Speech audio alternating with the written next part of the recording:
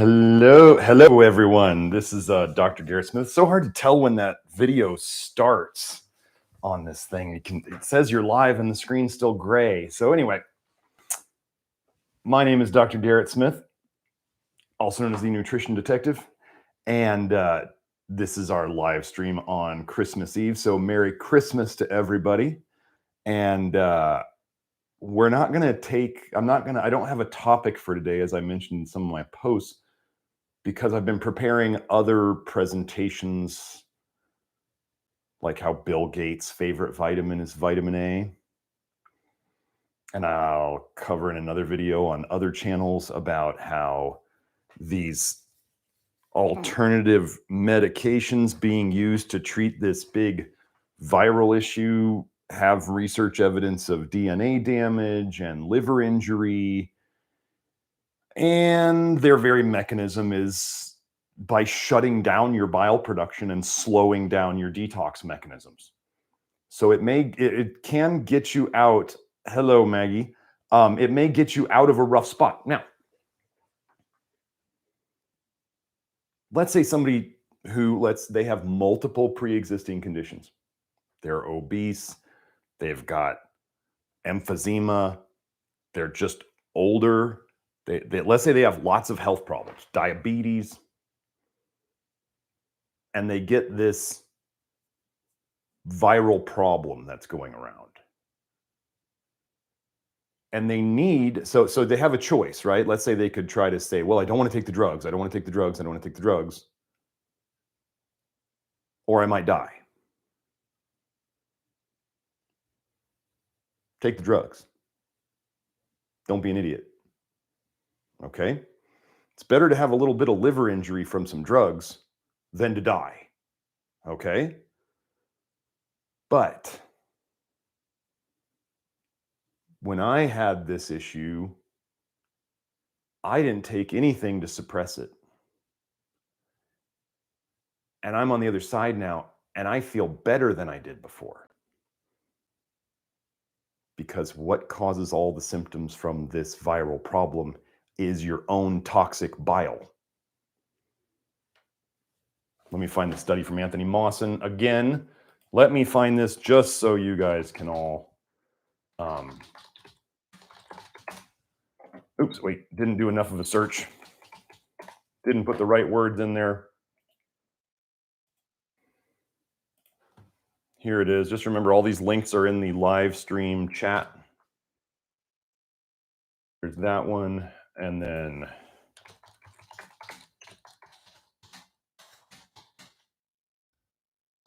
you find his other paper about the flu.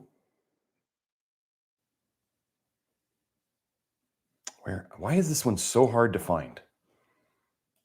I swear this one has been like suppressed, because whenever I search for it on the search engines, it doesn't.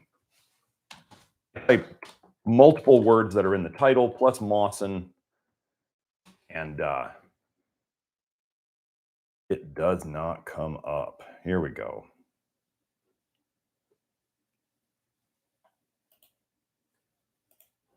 This should be it. Oh, we already got lots of questions, so that's good. That should be it. Let me just double check that link. Role of fat-soluble vitamins A and D in the pathogenesis of influenza, a new perspective. Let me tell you, vitamin A is the main cause due to what it does to your liver. So you people taking vitamin A to shut down colds and flus, maybe you haven't noticed over the years that the colds and flus keep coming back and they get worse. Wonder why. Anyway, let me go over the testimonial first, and then we will get to these wonderful questions that we have. So I got this testimonial from somebody who I have worked with before, as you'll hear. And we were making improvements, and she went off on another route and tried some other things because, I'm going to say it was a little bit of impatience, which happens to all of the best, all of us, the best of us. It happens to all of us. We all get impatient. Some might, use the term greedy. and wanting things to go faster than they are, what I tell people about this process over and over and over again, this is not a game. This is not a weekend detox. We are trying to take out decades worth of toxins from your liver and your tissues, especially the fat tissues, and we are trying to restore the proper, truly essential nutrients that your body needs, which takes time. And if people don't have the patience and they go off doing other things that are exactly the opposite of what I say, most of the time if they have the chutzpah, they'll come back to this approach because they realize that they were on the right track. So with that said, I'm going to try not to interject too much in this testimonial. I'll come in back and do that at the end. But here we go. Quote, I started with Dr. Smith back in 2019 at the beginning of the original vitamin A detox. I cut out most vitamin A foods, all fortified foods, multivitamins, and vitamin D supplements. She cut those out. I had some good changes within 6 months. My skin used to be a slight orange from all the carrots and sweet potatoes, and my skin went back to normal color, and I have stuck to many of these principles for over 2 years. I was feeling good overall, and my sleep improved. I suffered from insomnia for 5 years prior. I did pretty well through 2020. I wasn't perfect or as strict, but I still avoided many vitamin A foods and all fortified foods and continued without vitamin D, even though everyone was pushing it or telling me how I needed the D. However, I went down the wrong path in early 2021. Even though I had good changes, I felt like my hormones needed a little help, and I went down the pro-metabolic way of eating, aka Peat nonsense. And somehow I was convinced by some social media personalities that I needed more sugar and fruit and liver, like eating liver, to improve my body temperature and hormones. So I went down the rabbit hole of pro-metabolic, and I began eating tons of eggs, orange juice, sugar, and tons of fruits. I also did a short 3-month stint with eating liver crisps. Good thing my body naturally became repulsed with the liver, and I had to stop eating them. I also was convinced to take bioidentical progesterone for 6 months, which did nothing positive for me despite everyone raving about it. I also mistakenly took vitamin D supplements again for a few months. Now I'm going to interject here. What do you think happened? Dun, dun, dun. Here we go. After 6 months of eating this way, taking vitamin D and progesterone, I was not getting better or improving my thyroid or hormones. Quite the opposite. I ended up gaining 7 pounds, which I was told were healing pounds, and how my body needed the extra weight. I wasn't underweight, and now I was feeling uncomfortable, and I knew deep down all this sugar and fruit were not promoting wellness in any way, but I continued this lifestyle for a bit longer. We've all been there. Then I developed reactive hypoglycemia. I would eat a huge breakfast of orange juice, fruit, eggs, toast with jelly, and 2 hours later, I was starving and shaky. I started checking my blood sugar at home, and my blood sugar would be 65 to 70 1 to 2 hours after eating. Your blood sugar should be around 100 to 120 or so. I was eating again 2 hours after a huge meal to bring up my blood sugar. This seesaw cycle with blood sugar persisted. I gained more weight and overall felt horrible. My skin also started breaking out. I think it was due to all the eggs I was eating. I finally came to my senses and decided I needed to get back to Dr. Smith and the vitamin A detox. I went back to his network, joined the Love Your Liver program and the Advanced Detox program. That's the video Q&As I do. And watched all the previous Love Your Liver live streams on YouTube, and everything Dr. Smith was sharing resonated with me. I immediately went back to the low vitamin A diet, cut out the eggs, the D supplements, threw away the liver crisps, and cut out all the added sugar, orange juice, and other sugars. I began taking Lactoferrin, Nutrition Detective Lactoferrin, where was I? Scheduled a consultation with Dr. Smith along with a hair analysis test, HTMA. It's been 7 weeks now of being on the Love Your Liver program, and I have improved so much already. I lost over 5 pounds. I no longer suffer from reactive hypoglycemia. My blood sugar is now 110 to 122 hours after eating, where it should be. I'm not hungry all the time. My gut health has improved, and my skin cleared up. I think my body doesn't get along with eggs, and I was eating 6 to 8 eggs per week. Overall, I'm feeling and looking better than I'm feeling and looking better in less than 2 months. I'm thankful I didn't go forward with pro-metabolic for longer than 6 months. I also know progesterone cream can cause toxicity and buildup in fat tissues. I'm happy to have weaned off the hormones. I'm planning to balance my health, gut, and hormones naturally with low vitamin A diet, lactoferrin, and improving my liver function overall. I'm happy to be Dr. Smith's client once again and seeing positive results already. End quote. It's pretty cool, right? I mean, I seriously, and we've all been misled. Like, I poisoned myself with MSM. I poisoned myself with liver. The reason why I'm doing this here today is one of the things I was blessed with was the ability to be open-minded while still also being able to call BS on something that I try, because I try lots of things. That's what scientists do. They are open to lots of things and they investigate. For me, in the health world, all we can do is try things because we are an N of one. We are an experiment of one, and we try things. So we're all going to make mistakes. But anyway, we should be, for those of you out there who are, let's say, on the fence about the Peat stuff, or you've done it, I mean, at what point, how messed up is the health world? How messed up is the information that we get?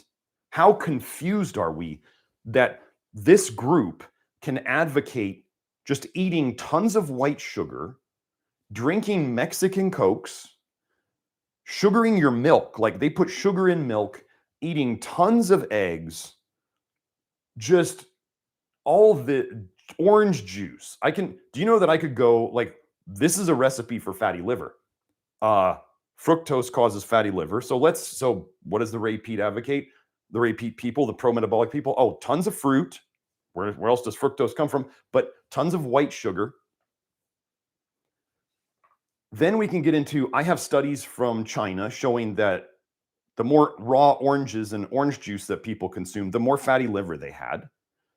I've been over this study in the live stream that more than 2 eggs a week was associated with higher rates of fatty liver. In pregnancy, there's actually theories that the cholestasis of pregnancy, the increased rates of cholestasis in pregnancy, are caused by the increased production of progesterone by the body.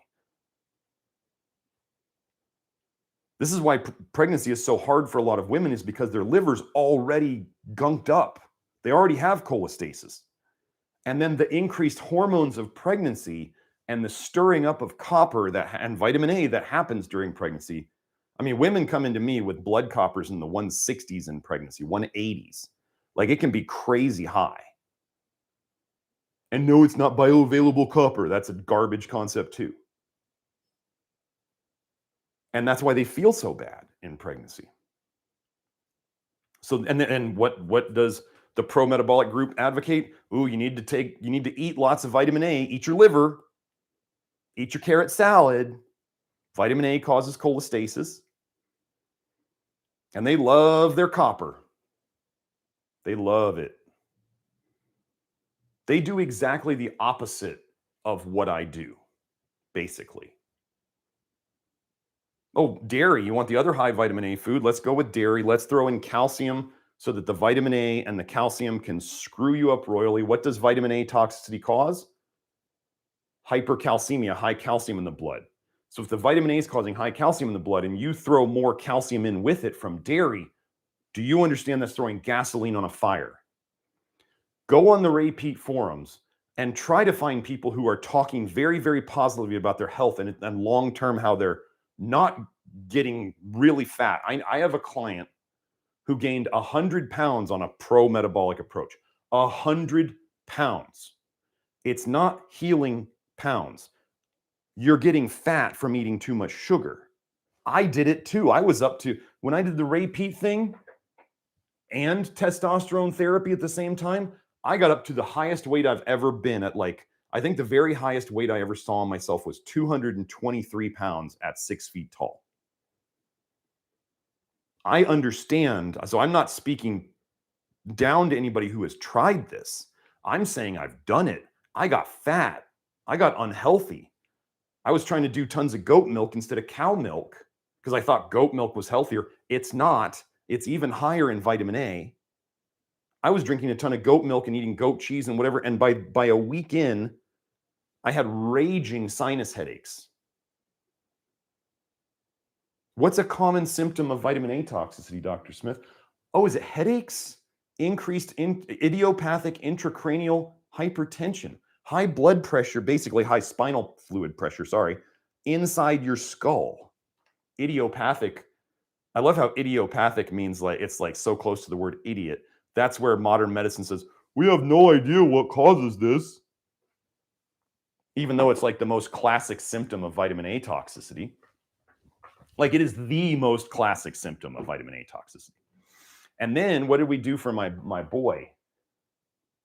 I messed up my own son because when we weaned him off breast milk, we gave him goat milk. And when you look at pictures of my boy as a very little kid, I mean, I know I have a big head. I get that. But his skull is like, you can almost see and feel that his skull is swollen. This is all biochemistry. This is all known. And yet there are people out there who I believe they think they're helping people. They really do believe they're helping people. They are making people worse. And I can show it all in the research that these are all synergistically causing problems. Do you want to know where any improvements might show up from a pro-metabolic approach? When people do lots of things that induce fatty liver, what fatty liver is, and I can show you everything on the Peat approach basically will induce fatty liver. What fatty liver does is it stops your bile acid production. So your liver really slows down its bile acid production. Why does fatty liver happen? Because the bile acid production is stopped. You're storing all the bile, which as cholesterol esters and triglycerides and cholesterol and retinal esters and phospholipids. Those are all fatty things, right? Fat soluble things, fatty things that are stored in your liver. That's why you get fatty liver. You've stopped the bile production. So how can that make people feel better? What you've heard me talk about cholestasis and the root of all modern chronic health issues is bile in the blood. If you stop making as much bile, whatever bile used to go into your blood stops going into your blood or is reduced, and you feel better while your liver is storing up all this garbage that it wants to get rid of. And then what happens when you quit this diet, or you quit that medication that was causing you fatty liver, or you quit the high dose vitamin C that is known in high doses to cause fatty liver and slow down your detox pathways? Then you start to feel this rush of badness because all of that bile you've been storing up, you put a dam on it and you blocked it all in there, it starts rushing out. Your body desperately wants to get rid of this stuff because it will kill your liver. So it was great. I talked to this person the other day. We had our consult, and she was telling me all this stuff, and she's going, I know I shouldn't have done this. And I was kind of going, yeah, but now she really knows. Now she really, really, really knows. Let me just see if I want to touch on anything else in here. Oh, she had what's called carotenoderma or carotenemia, which means carotenoderma is carotenoids in the skin. Carotenemia is carotenoids in the blood. They're both associated with turning the skin yellow or orange from carotenoids. Okay. Sweet potatoes, carrots. There's a study. Let me find the study, hypervitaminosis, mango. PubMed. Let's see if we can find it with that search.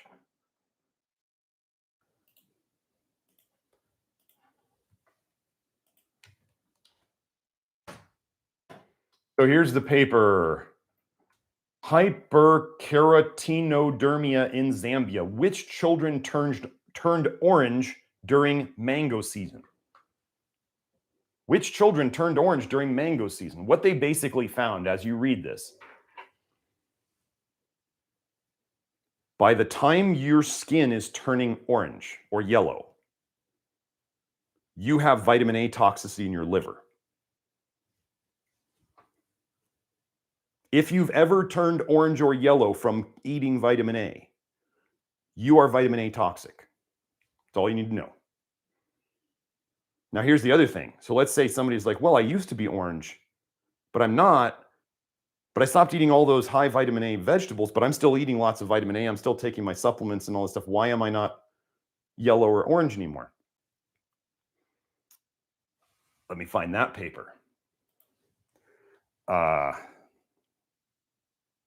What's the term?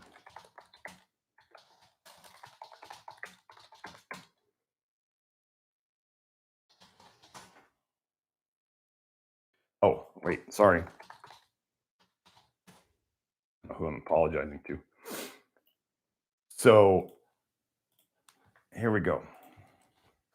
I know I'm kind of getting onto a topic now, and I told everybody to come and ask all these questions, but I have to explain this stuff.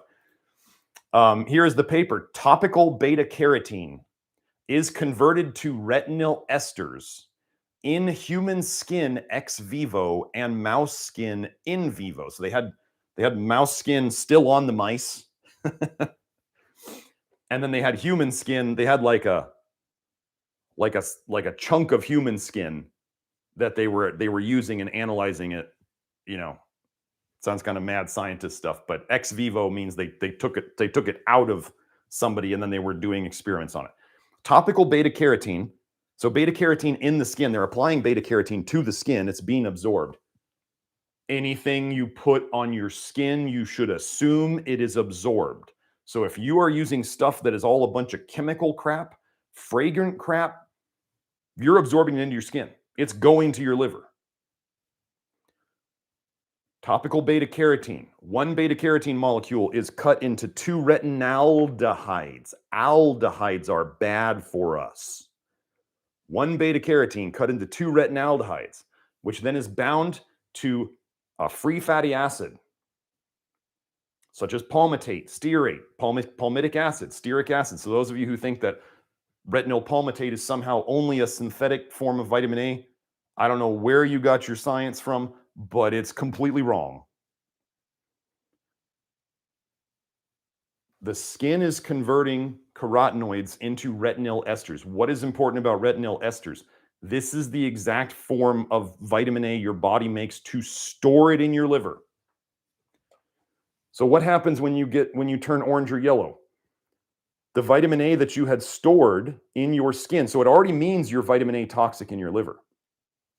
That's what that mango season study showed.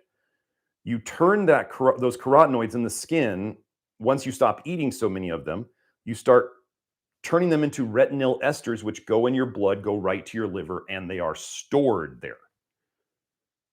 One beta carotene turns into 2 retinal esters. Do you think that's good for your liver?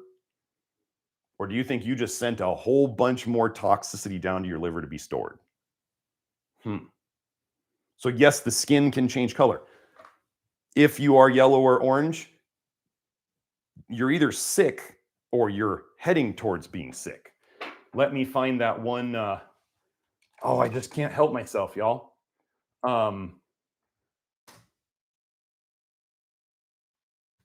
Carotenemia.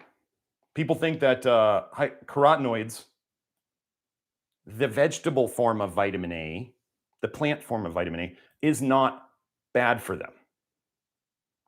I want you to hear, if you want to know why nobody respects science. Oh man, I can't even fit that there.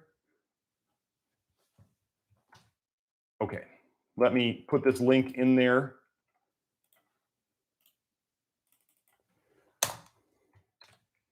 This is why nobody respects science. They say stupid garbage like this. Carotenemia is a benign condition. So they're saying carotenoids in the blood is a benign condition. Vitamin A poisoning does not occur despite massive doses of carotene because the conversion of carotene to vitamin A is slow. Here's the best part. Hypothyroidism, diabetes mellitus, hepatic liver, and renal kidney diseases may be associated with carotenemia, but are not caused by ingestion of carotene. You should think real hard about that sentence. Vitamin A poisoning does not occur despite massive doses of carotene because the conversion of carotene to vitamin A is slow. Hypothyroidism, diabetes mellitus, hepatic liver, and renal kidney diseases may be associated with carotenemia, but are not caused by ingestion of carotene.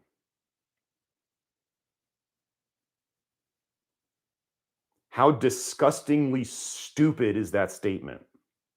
How else would you get high carotenoids in the blood? Our body doesn't make them. Our body converts carotenoids into vitamin A. And diabetes is associated with vitamin A toxicity. Hypothyroidism, I have research linking that to vitamin A toxicity. Where does vitamin A get stored where it damages everything? Oh, the liver. If the liver is overloaded and you start getting bile in your blood and vitamin A in your blood, where does it go next? Your kidneys, and it ruins your kidneys. Grant Genereux, the guy who introduced me to vitamin A toxicity, he was heading towards dialysis because he had chronic kidney failure from vitamin A toxicity. And he took all the vitamin A out of his diet, and he's the only person his doctors know who has recovered completely from chronic kidney failure. He's the only one they know of. Do you want to be in that club? Or do you want to keep denying that vitamin A toxicity is a real thing from foods? Food vitamin A can't cause you any problems. Let's just kill this right here. Let me put up the old Carrot Man study. Carrot Man, a case of excessive beta carotene consumption. I was juicing about a pound of carrots a day. Gave himself vitamin A toxicity. Guess it's not a fantasy anymore.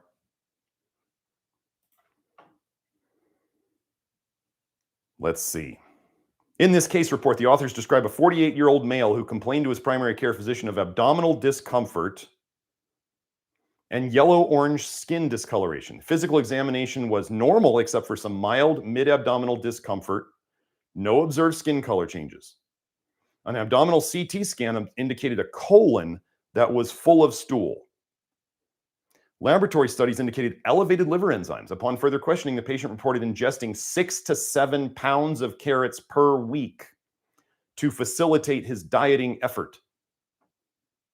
The patient was diagnosed with constipation, hypercarotenemia, and possible vitamin A toxicity. Following the cessation of excessive carrot ingestion, his liver enzymes normalized within 1 month. But carotenoids can't hurt you. That's what the internet told me. No. Do you know that carotenemia is really associated with diabetes? They go in diabetes and they look at beta carotene in the blood and they always find it high. Don't you think they might associate something with that?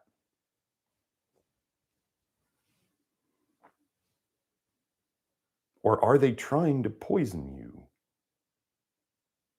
by not telling you the truth? So anyway, no one ever, but back to the Ray Peat thing. Do you actually think, who's arguing that eating more sugar is going to make you healthy other than these people? Wait, sugar is generally bad, but okay, if you do the Ray Peat thing, all of a sudden sugar is amazing.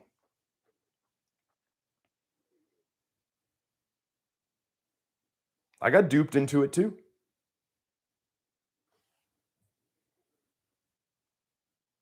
So let's see. Let's see if there's anything else. Reactive hypoglycemia. This is an insulin problem. And insulin sensitivity, in the research, you can go and look up insulin sensitivity is worsened by vitamin A, and insulin resistance is worsened by vitamin A.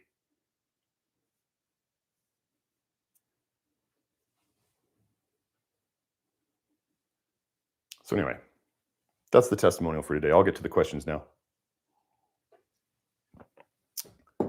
Only used up half the time. Here we go.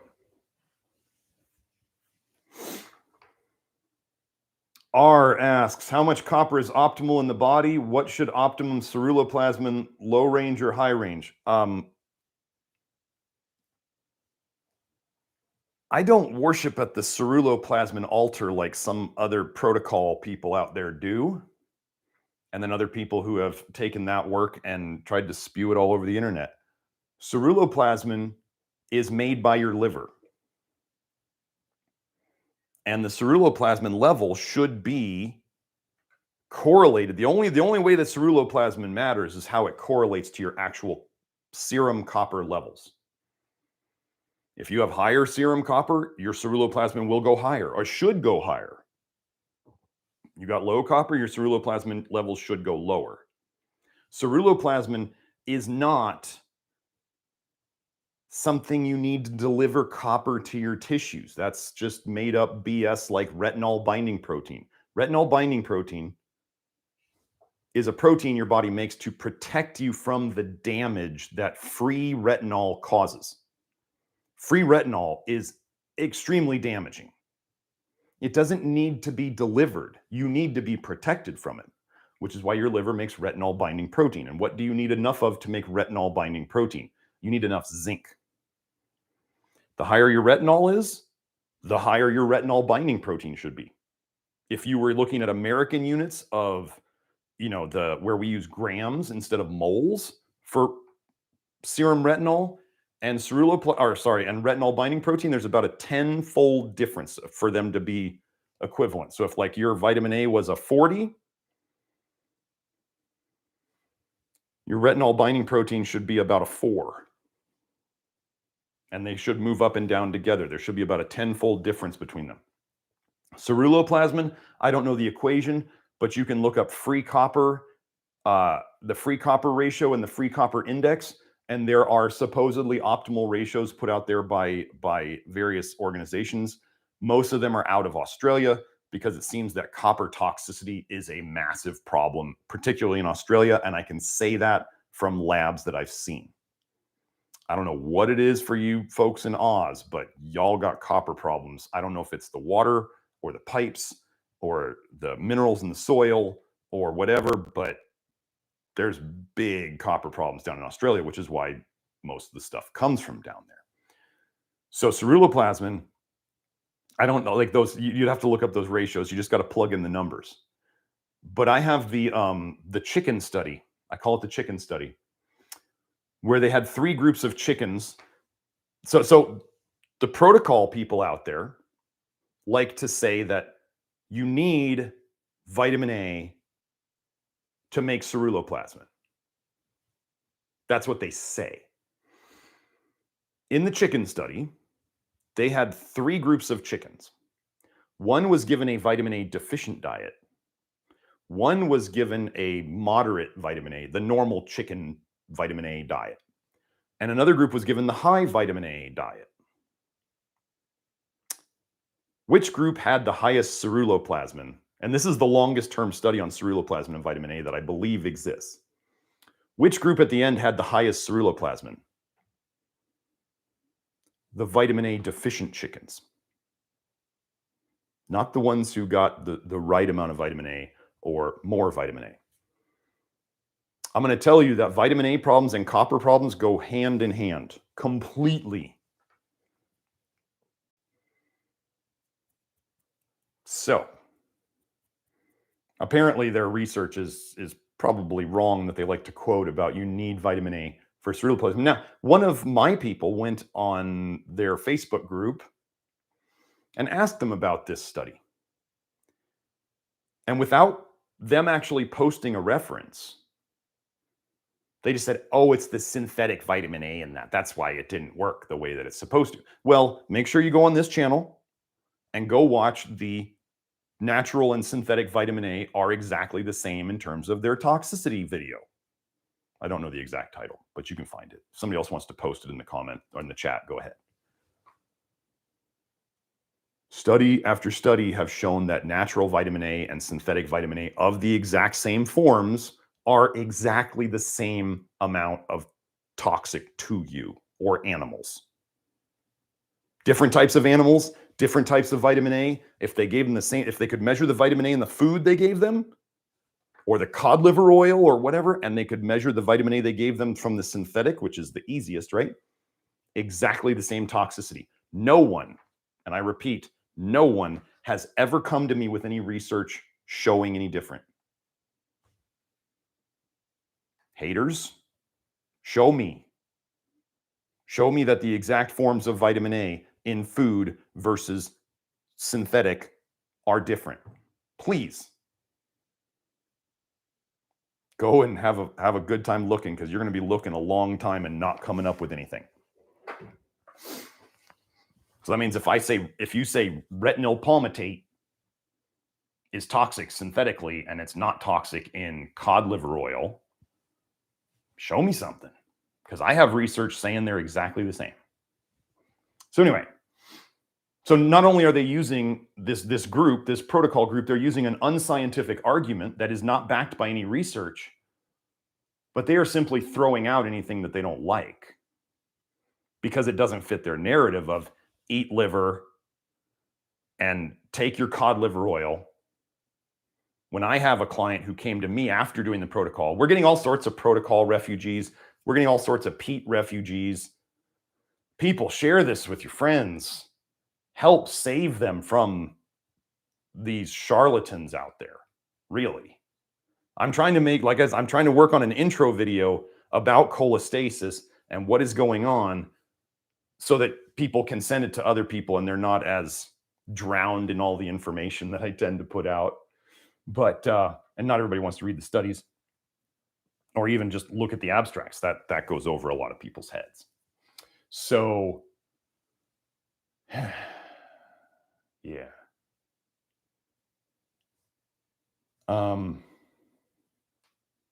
So about copper and ceruloplasmin. First, bioavailable copper is a nonsense concept made up by an ex-hospital administrator.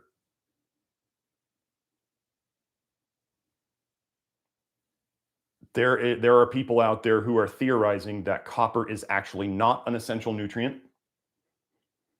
And I now have people who, based on blood testing, are getting to the vitamin A deficiency level, and they are copper deficient on a blood test, and they're doing better than they ever have before.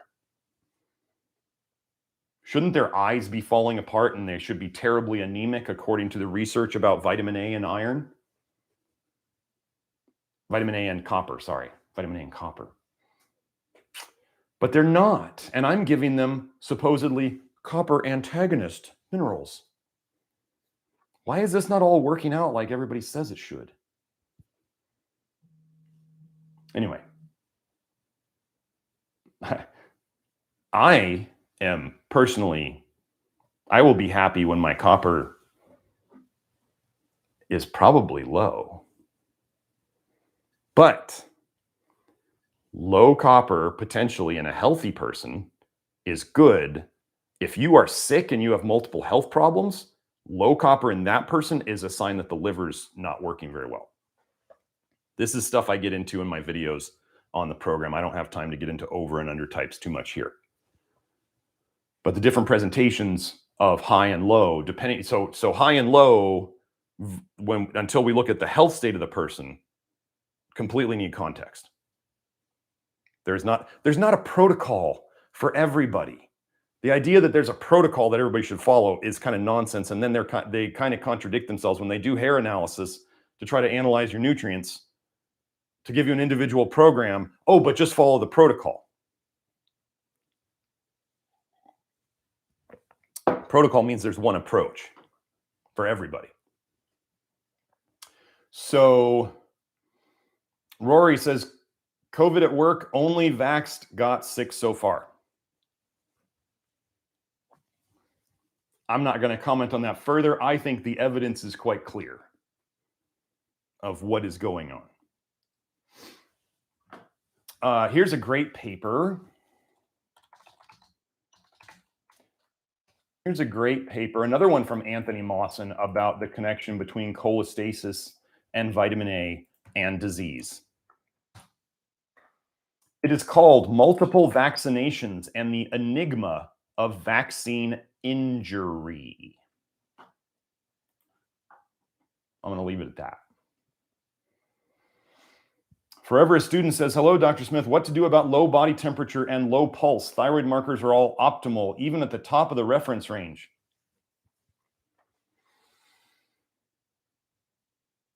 Low body temperature is a symptom, not a cause. Low pulse is a symptom, not a cause. Your thyroid's fine, so obviously something else is, well, okay, wait. Your blood thyroid numbers, thyroid hormone numbers in the blood are a symptom, not a cause. If somebody says you need selenium, so if somebody says, I always think of the 5-year-old approach to this. You say, well, my thyroid's low, so my body temperature is low and my pulse is low. And then the 5-year-old goes, well, why is your thyroid low? Now, the pro-metabolic people might say, because I'm not eating pro-metabolic enough. And then you go, okay, so did you try that? Is it working? And then you go, no. Or there was the old thing with a lot of people who did kind of the RARFing approach, where people would overeat, aggressive refeeding, tons of sugar, ice cream, tons of carbs, and they might feel warmer for one night. They threw some gasoline on the fire. You know, even if you have a small fire, you throw some gasoline on it. You can get a big fire for a short period of time, but once that gasoline burns off, what are you left with? Actually, you're left with a smaller fire, because now you just burned up whatever real stuff you had to burn, and you got nothing left to burn. So, what part of your body converts thyroid hormones? Does the most converting of thyroid hormones? Your thyroid makes T4. Where's the big engine that converts T4 into T3? Oh, it's your liver. When we get into this, we fix the liver. This is what we do. The liver runs your thyroid patterns. And we don't try to force it into stopping the bile production. But yeah, so I don't go in and say, oh, you have low body temperature, or you have low pulse, or you have high blood pressure, or you have low blood pressure, or any of that stuff, and we're going to try to fix it by doing something specific for that condition. That is, when you say, I have this condition, what do I do for that condition? That is not how we work. We are working on the overall health of the body, the nutrient status, stopping putting toxins in the body, helping the body to get rid of the toxins that are already in it. And then the body fixes it. We were given this amazing body by God that is self-repairing. All we have to do is stop putting the poisons in. The most important thing is to stop putting the poisons in. I forgot to turn on my lights today. We're already this deep. So, the poisons are most important. Cancer is toxicity. Full stop. Autoimmunity is toxicity. Full stop. Thyroid problems, toxicity. Full stop. Diabetes, toxicity. Full stop. Mineral deficiencies make it worse. Absolutely. but you can't out supplement the toxicity. Or as the saying goes, the poison always wins in the end. If you don't get the poisons out, they will eventually win. This is why people who eat too much sushi for too long get overloaded with mercury and then they start getting health problems. But I take my zinc and selenium and I do all, it doesn't matter. They are poisonous to you because the toxic metals are stronger than the good ones. We need to not expose ourselves to them. So, Maggie asks, what do I think of this word nootropics or nootropics? I don't know what the proper pronunciation is, and honestly, I don't care. They are a drug-like effect on your brain. You are going for a drug-like effect. No one can show me nootropics that are essential nutrients. So you are think of it as, whipping a tired horse. If somebody's like, my brain function isn't where it should be, I want it to be faster, I'm going to take this non-essential nutrient compound to make my brain run faster for a while. That's a drug. That's it. Just like caffeine is a drug. Caffeine's an insecticide. That's why nature makes it. We take it in relatively small doses for our bodies, and then all of a sudden, we feel energy. You know that cyclists used to take our strychnine before races to make their muscles contract harder? Maybe they won. They used to take speedballs too, cocaine and heroin. Is that good for them? No, but they're like, oh, but I race so much faster. Cool, dude. How's that going to end up for you in 20 years? Just like all these guys on testosterone replacement therapy. Go look up testosterone and liver injury and testosterone and cholestasis. They may feel better in the short term, but in the long term, it's going to ruin their liver and send them to the grave earlier, which is why if you start paying attention, all the anti-aging docs on all of their drugs die earlier. Anti-aging docs don't live a long time, which is the most hilarious. I mean, it's hilarious in only the sadness of it. So, but yeah, nootropics, they're basically drugs. They may or may not be, here, let me just do 20% of the liver injuries going into the hospitals nowadays are from supplements. 20% of the liver injury that they're actually diagnosing in hospitals these days is from supplements. So let me just do this. Let me do a search for nootropic liver injury.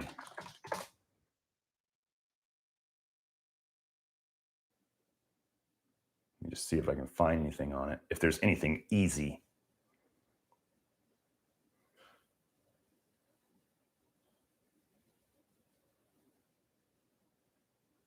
Nope. Oh, here's somebody now supplements ashwagandha, a cautionary tale. Ashwagandha is said to be an adaptogen, right? It's a nightshade. And I can tell you, if you feel good on it at the start, it's going to turn on you at some point because it's a nightshade and it messes with your vitamin D metabolism. It's just not good. And so people are telling a cautionary tale there. I can tell you that when I started on ashwagandha, I would sleep better for a couple of days. I might feel a little better. And then all of a sudden my joints would start cracking and popping and I'd start sleeping worse. Goji berries are a nightshade, but they're a superfood. They are amazingly high in vitamin A.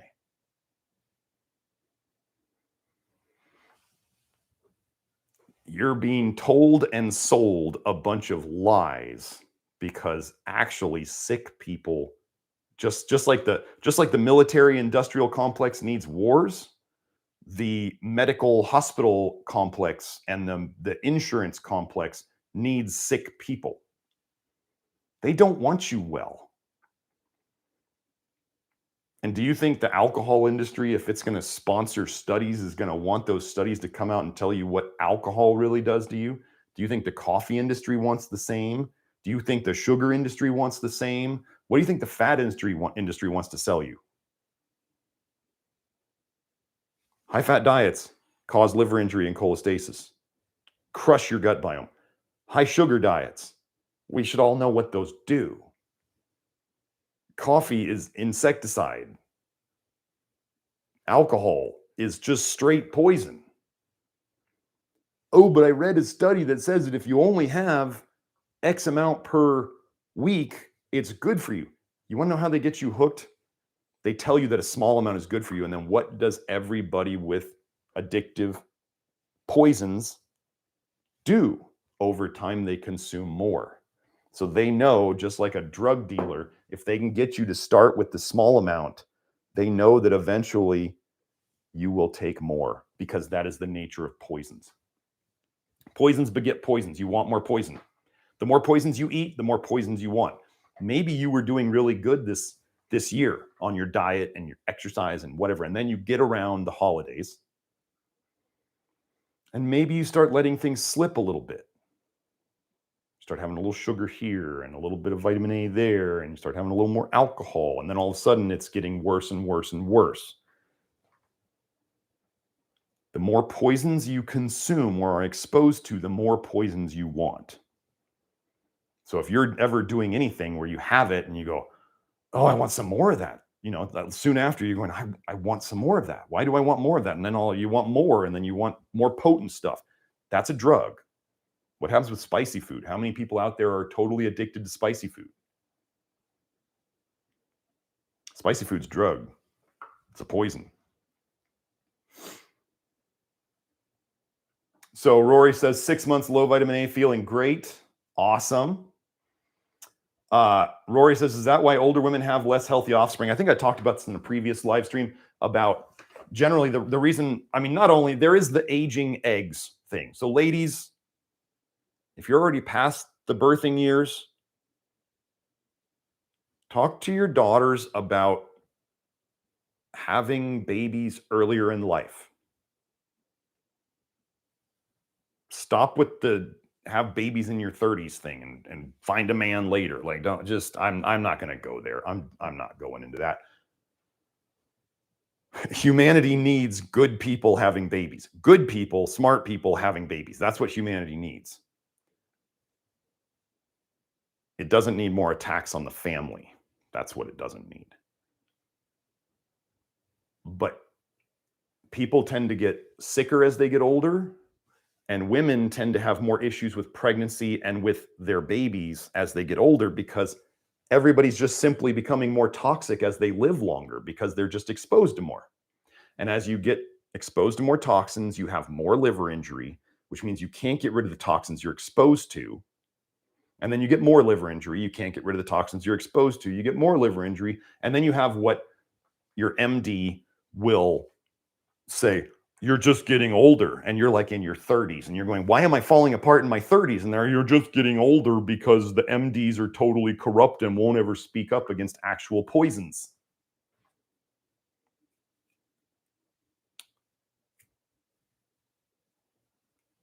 So, but that generally what a lot of women notice is that their first child is their healthiest. And as they go along, each child seems to be a bit sicker or have more problems. That's the general trend. Doesn't happen every time.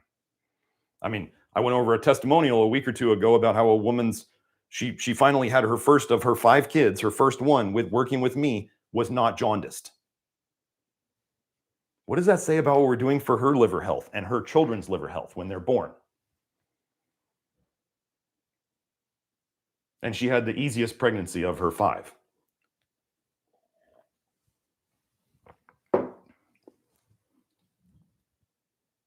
And I also went over that one paper. I put that reference where preterm births, early births were definitely linked to vitamin A.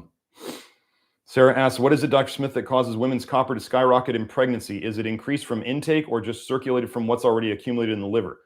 No, it's not. It's probably not intake. I mean, could somebody start eating, there might be pregnant women who are like, oh my God, I'm pregnant. I need to start eating healthy.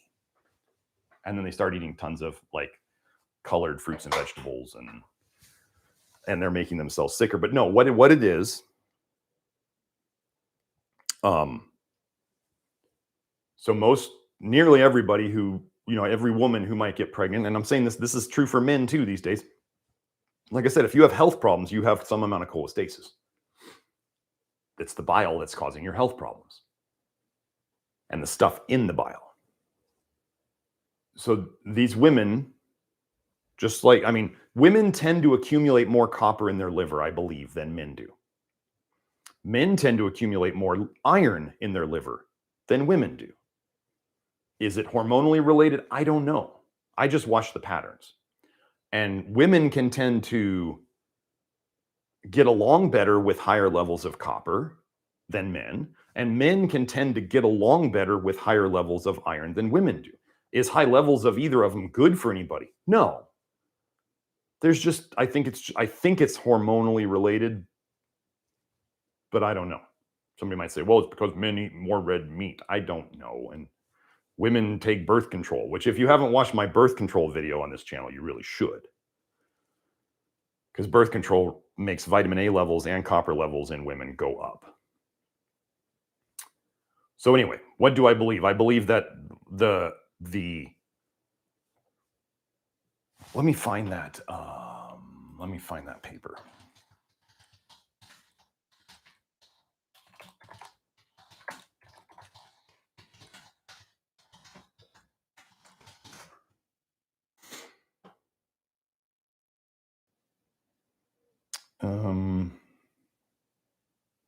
Let me see.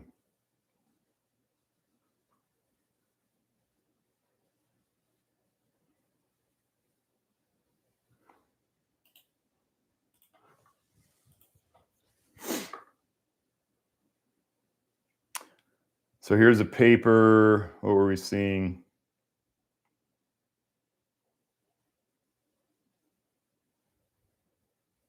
Oh, that's not the one I wanted.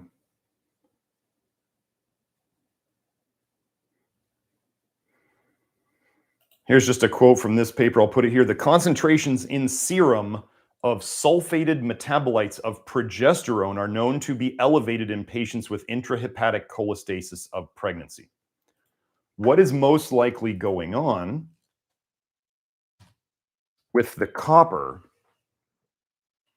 and the progesterone, and I do think the vitamin A probably goes up too, this is theory, is that when a woman gets pregnant, her body does what it's genetically designed to do. It's going to throw out the hormones that it needs to. It's going to produce them. They're going to go in. Let's just say, well, hormones are really complex molecules and they require a lot of detoxification in the liver.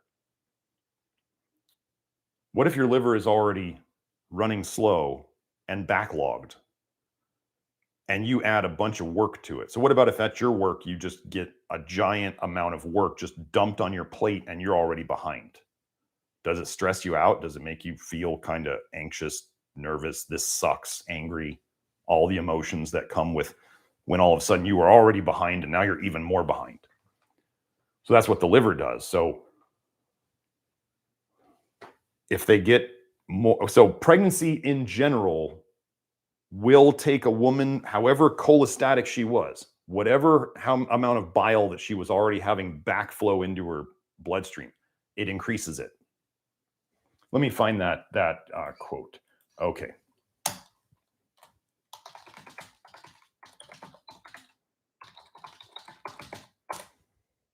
Come on. Yes, here it is. The question, the title, the paper is titled, "Is normal pregnancy cholestatic?" Keywords there. Normal pregnancy cholestatic. This is how sick we've become as a society. Is normal pregnancy associated with a disease state? What's the last sentence here? It is concluded that normal pregnancy is associated with mild subclinical cholestasis. normal pregnancy associated with mild subclinical cholestasis. So what happens to, let's say a woman goes into her pregnancy and she's already got significant cholestasis, maybe because, let's say you have a woman who has been on birth control for, oh, I don't know, let's just take a case that was very close to me. A woman who had been on birth control for 13 years. Let's just do this I mean, you should go watch my video on this channel, ladies. Don't put your daughters on birth control. You are ruining their, so you may prevent them from getting pregnant earlier in their lives, which, oh, it's the horrible thing of bringing a baby into this world. And that was sarcasm. Or you put them on birth control and you ruin their health for the rest of their life unless they're lucky enough to find work that can actually fix that. So let's just say you had a woman who had been on birth control, oral contraceptives, and cholestasis. Gosh, there's a subject, wow. These must be associated, oral contraceptives and cholestasis. Hepatobiliary complications of oral contraceptives. Hepatobiliary, liver and bile ducts. Where does cholestasis happen? Liver and bile ducts. Protracted cholestasis, probably induced by oral contraceptive.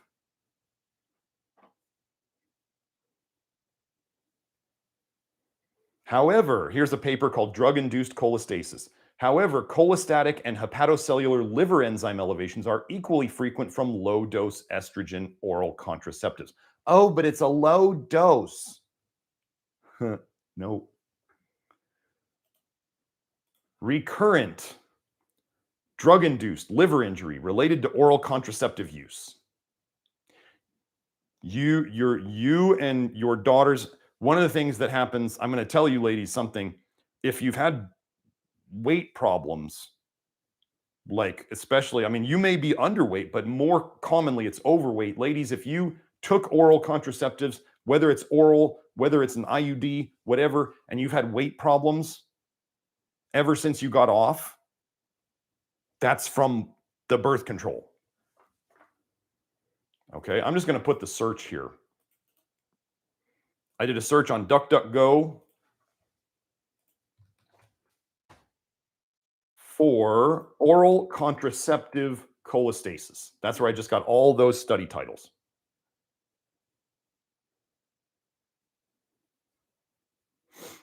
Oh, wait, here we go. Let me just read this. This is from the recurrent drug-induced liver injury related to oral contraceptive use. Oral contraceptives have been reported to cause drug-induced liver injury by inducing cholestasis.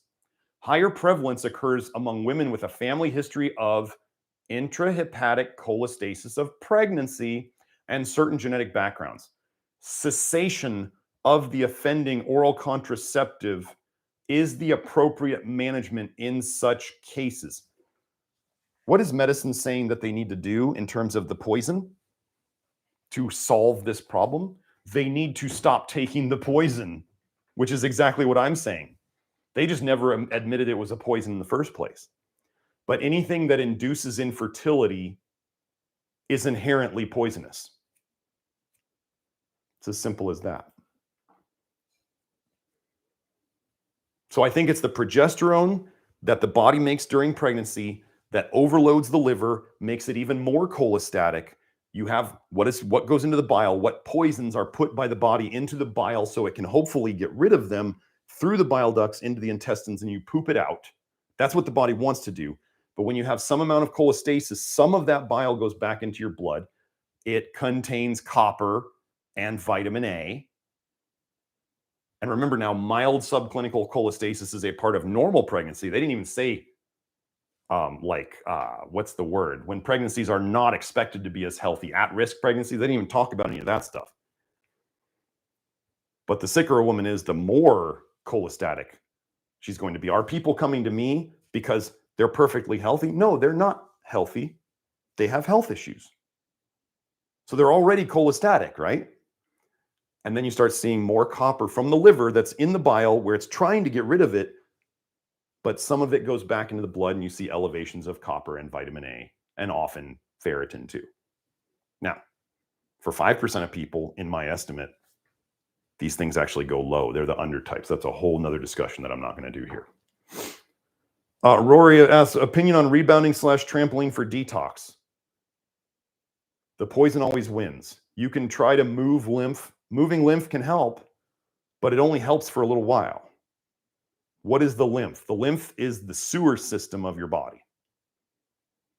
If your sewers were overloaded with garbage and crap and they couldn't handle it, what should you do? Well, in your body, you can't make the sewers bigger.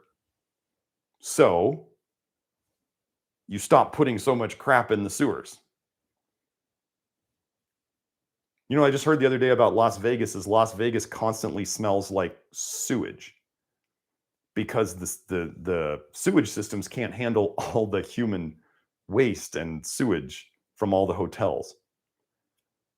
I was like, I never really needed another reason to go back to Vegas, den of sin, but boy, now that I know it smells like sewage most of the time, I really have no need to go back there.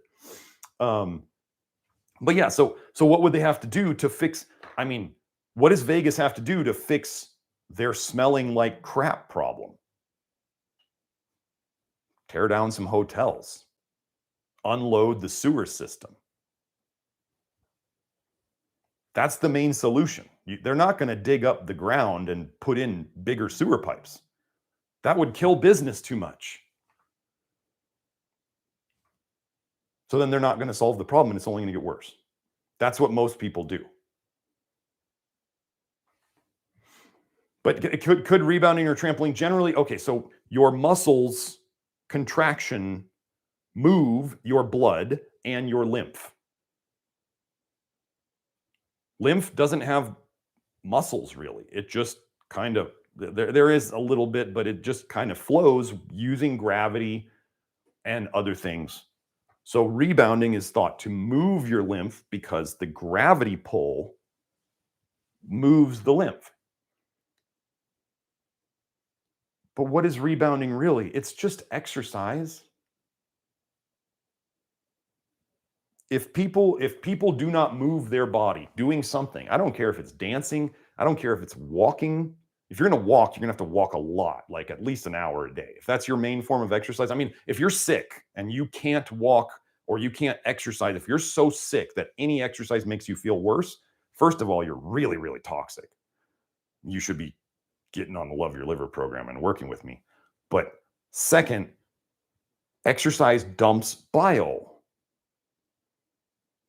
If you're really, really sick and more of that bile is going back into your blood, exercise dumps bile. So exercise can make you feel like hot garbage.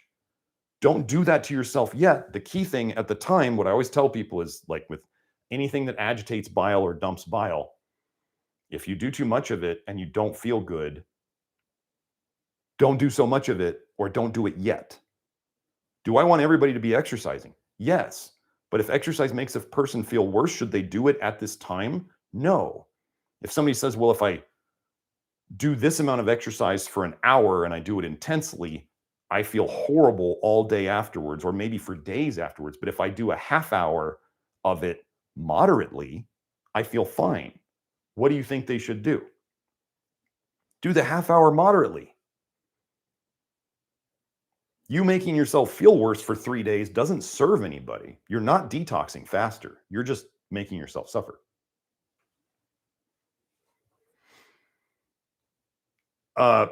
Butch asks, what are the general reasons for fatigue and loss of energy and motivation? Thanks. This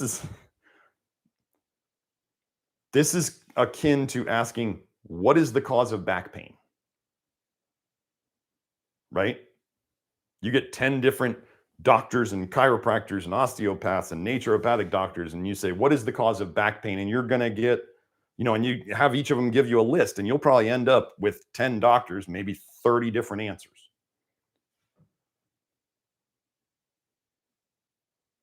But let's do this.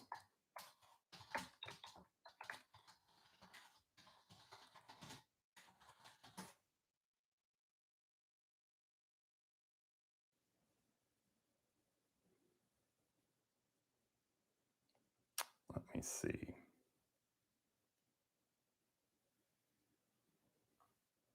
I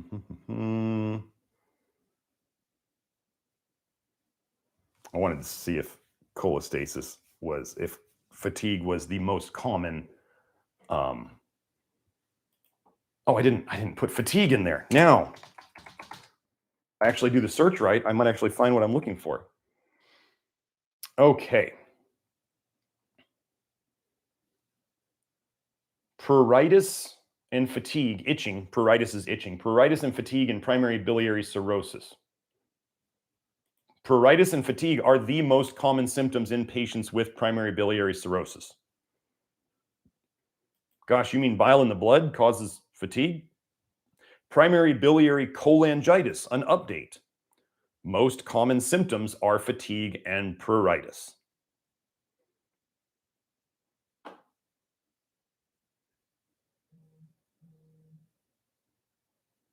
Let's see.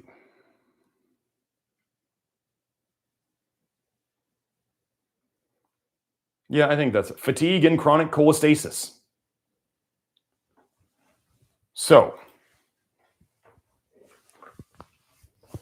the root cause of all modern chronic disease is rooted in bile getting into your blood and then affecting anything the blood touches. And what is the most common thing when people are not as healthy as they could be? It's fatigue. So, the root cause fix to fatigue is to fix the cholestasis. Now, one of the big things, if we were to, let me put that search. I'll just put this search here.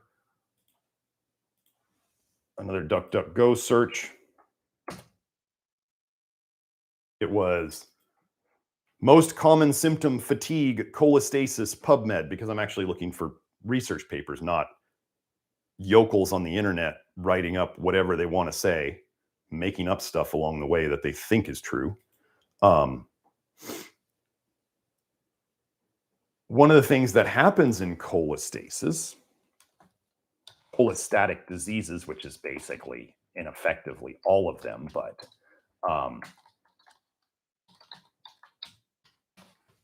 I've talked about this before.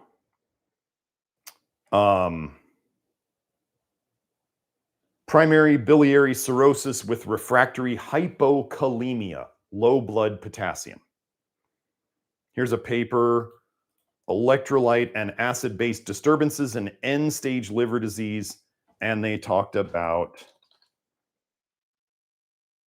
hypokalemia is common in the setting of cirrhosis. Multiple potassium wasting mechanisms, both inherent to the disease and resulting from its management, makes these patients particularly susceptible to potassium depletion, even in the setting of normokalemia.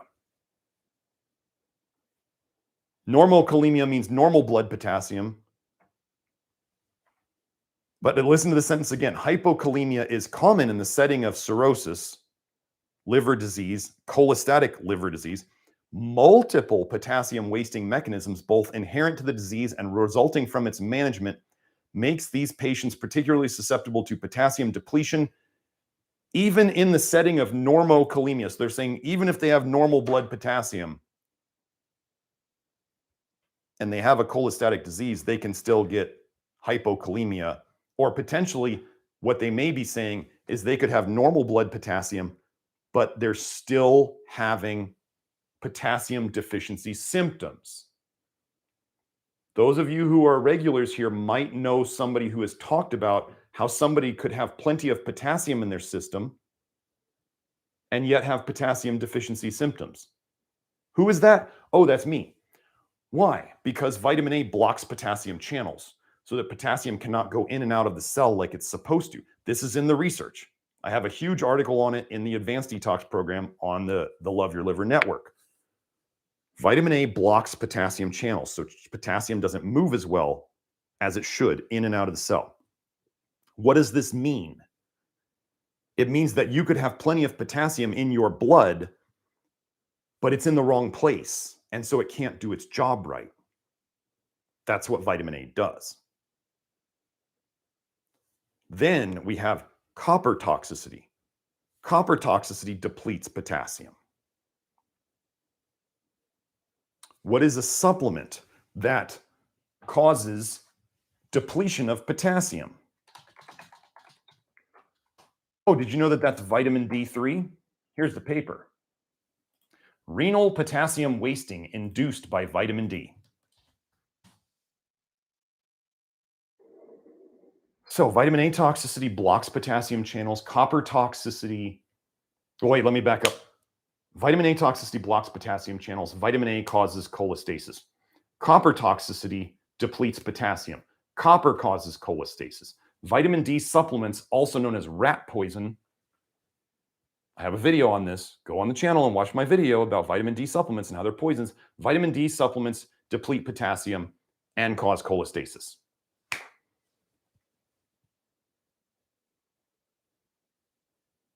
How many people out there on various protocols and pro-metabolic approaches and Weston Price diets and other things are getting lots of vitamin A, lots of copper, lots of vitamin D in foods? And that includes natural vitamin D in foods. How many people today do you think are doing that? Taking multivitamins, cod liver oil, eating liver, egg yolks, dairy. Eat the rainbow of vegetable colors and fruits. So, now, potassium. I have a video and I have 2 articles in the Love Your Liver Network all about my approaches to helping with potassium intake. Potassium is an essential mineral. We need it to survive. If you are toxic with these things and you have some degree of cholestasis, which if you're listening to this video, you probably do, you're going to have a low potassium situation. Hypokalemia, even when there may be normokalemia, normal blood potassium. I just found that study right now. That's amazing that they just basically said what my operating theory is about what vitamin A does to potassium. So when people are more toxic, getting the right amount of potassium and or the right sources, because different supplements of potassium work very differently in different people,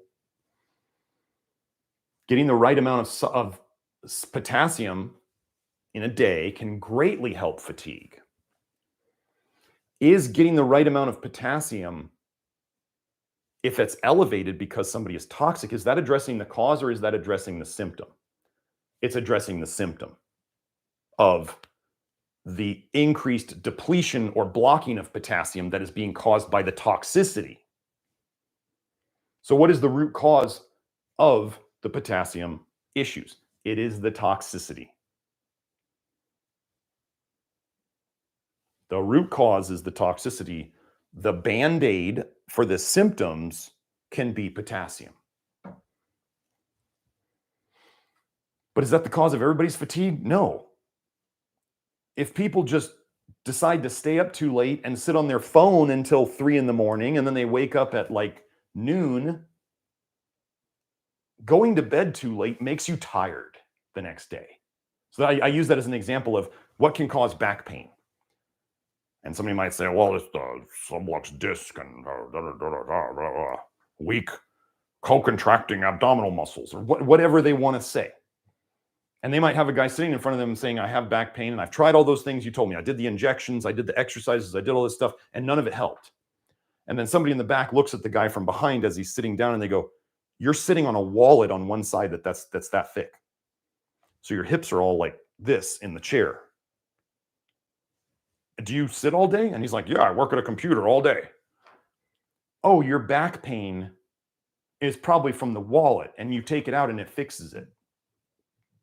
So could I say that I think potassium is related to a lot of people's fatigue, potassium deficiency, or potassium blocking from vitamin A? Yeah.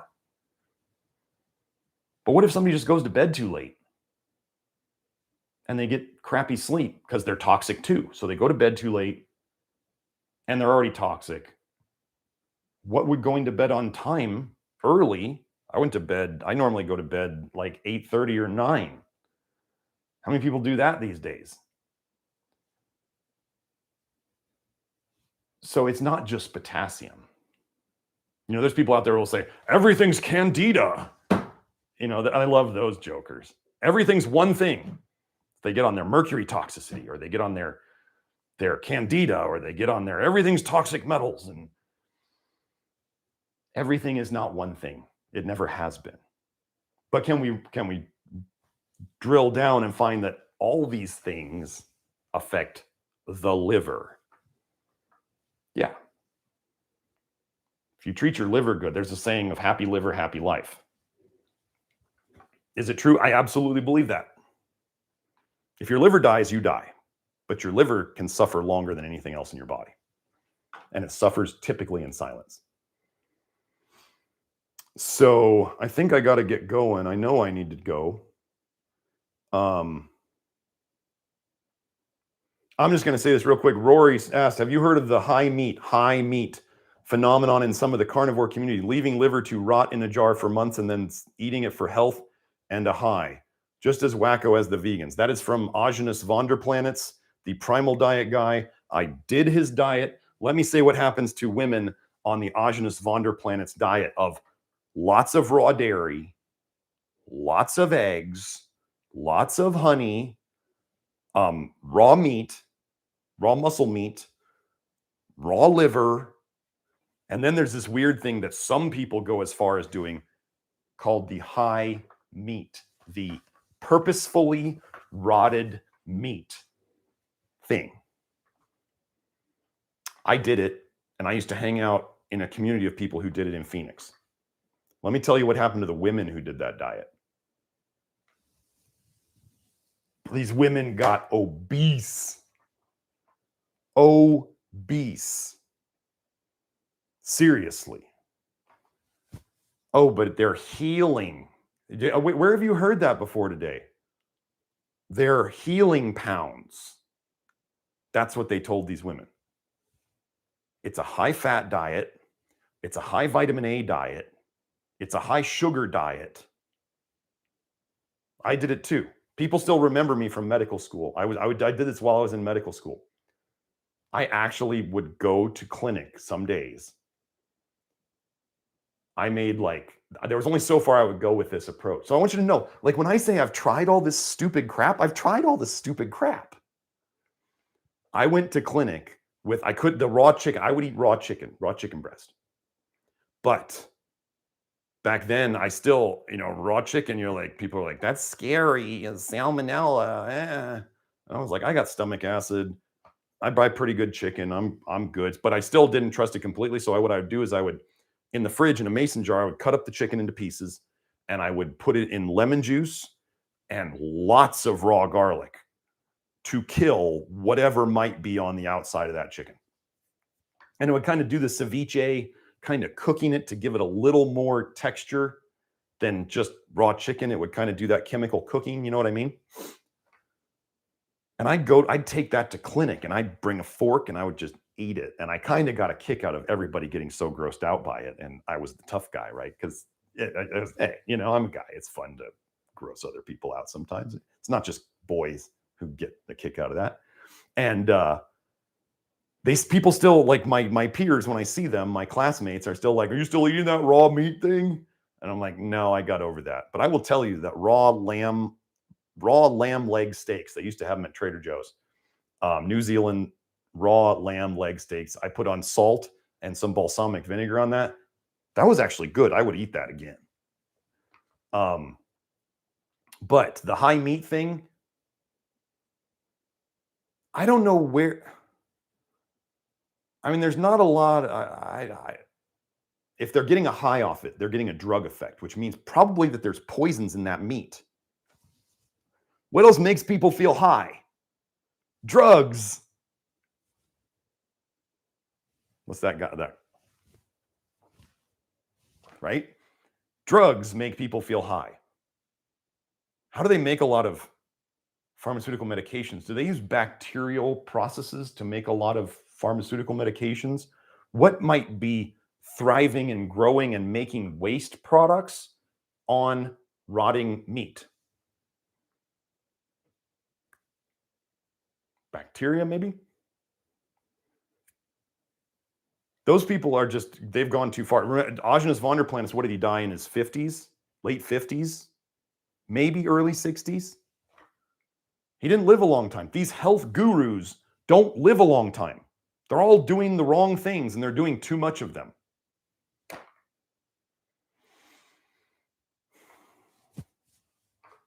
I'm 46. My prostate's better than it was when I was 25 when I was developing prostate problems. Is that supposed to happen? No, men get older, they're supposed to get more prostate problems. Maybe I'm doing something right. So yeah, the high meat thing is they're basically taking, in a way, natural drugs. I mean, you can take mushrooms and get high, right? Magic mushrooms, you can take those and get high. Why can you not use other natural processes to get high? Is getting high good for you? Getting high means you're damaging your liver. Just keep it as simple as that. If you are getting into an abnormal headspace, whether it's alcohol, whether it's LSD, whether it's mushrooms, whether it's weed, you are damaging your liver. Make no mistake. Don't think that weed is okay just because it's a plant. There's lots of poisonous plants out there. Plants love to make chemical warfare. Tetrahydrocannabinol is an alcohol. Cannabidiol is an alcohol. OL at the end means alcohol. It doesn't mean ethanol, the stuff you drink. It's in the family of alcohols. So what processes that? Your liver. Anyway. But yeah, the people who have gone too far to either side, whether it's the vegans, whether it's the primal diet people. Oh, and let me just say one more thing about the primal diet thing. When I got over the raw meat thing, because it just wasn't working so well in my house, but I was over most of the raw meat thing because I actually liked the taste. I liked the taste of cooked meat better. I did the raw meat thing. I didn't really enjoy it. And I looked at the rest of my life and I was like, am I just going to eat this for the rest of my life? I don't really enjoy it. I'd rather have it cooked. Not because I was scared. I just liked it better cooked. But one of the last holdouts I did was I thought, well, if I just keep one thing, I'll just keep the raw liver, which I didn't do very often. And what I had to figure out to do, because raw liver is disgusting. Why do humans, especially children, find liver so disgusting? Because it's full of poison. Your body is trying to tell you, be smart. Don't eat this poison, you jackass. Alcohol doesn't taste good either. That's why we make it into all these weird forms, so it has different flavors to hide the poison flavor. Coffee doesn't taste good. You think coffee tastes good? Drink it black, and then look me straight in the eye and tell me this tastes good. I enjoy this. If you tell me that, I'll say you're delusional.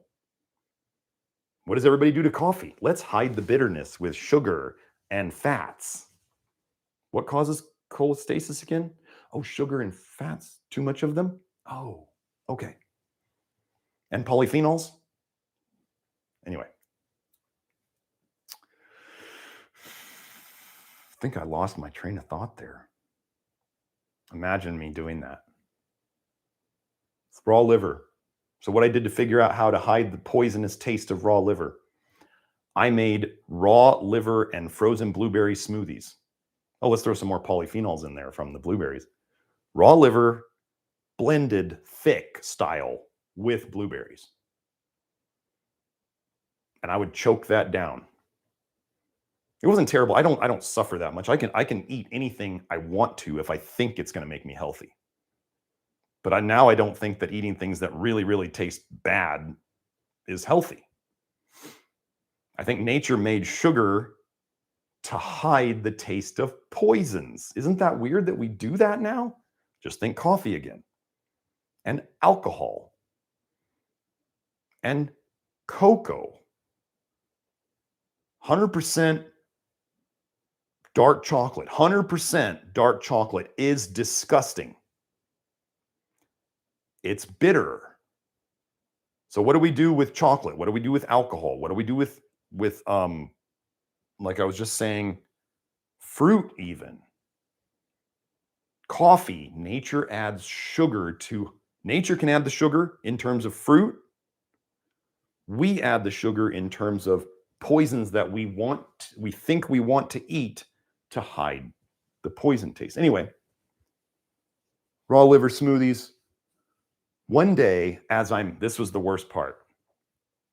I just want you guys to know I've suffered along with all of you.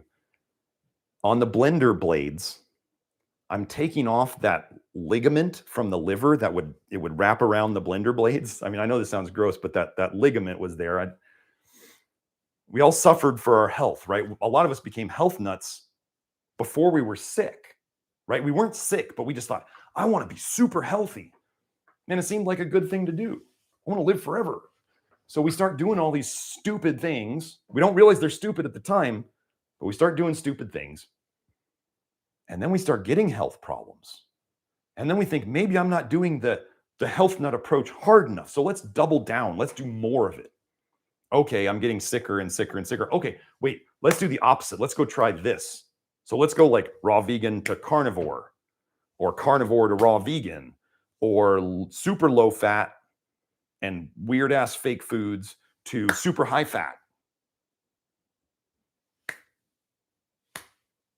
Let's get ourselves toxic in one vitamin and figure out that we're toxic in that. And then let's stop that and let's do this. Cause like the guy who gave himself vitamin D toxicity and then read on the internet that vitamin A is an antagonist to vitamin D. And then he took a bunch of vitamin A and then he made himself vitamin A toxic. He did vitamin A and vitamin D. He made himself toxic in one. He thought the other one was the answer. He took the other one. He made himself toxic with that one.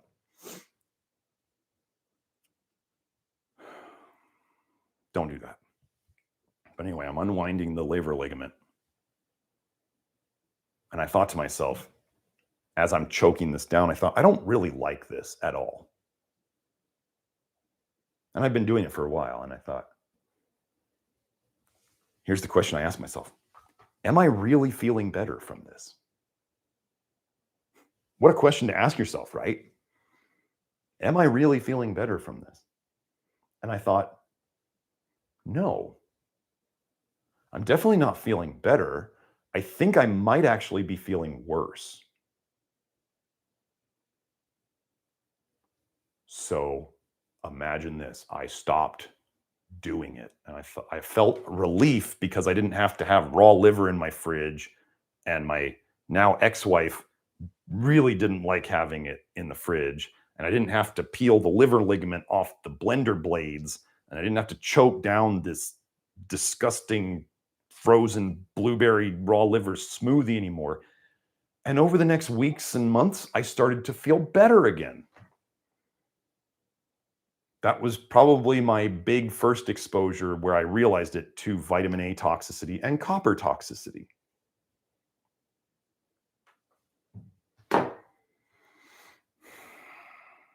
So I have to get to my inner circle group now, my other group of people who are on the network, where they get to ask me questions.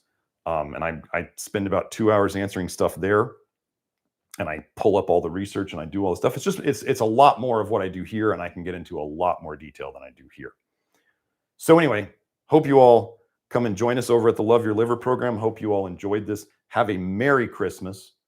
And I will see you, what is it, the day before New Year's? I will see you, the day before New Year's Eve. I'll see you on New Year's Eve. So have a great week.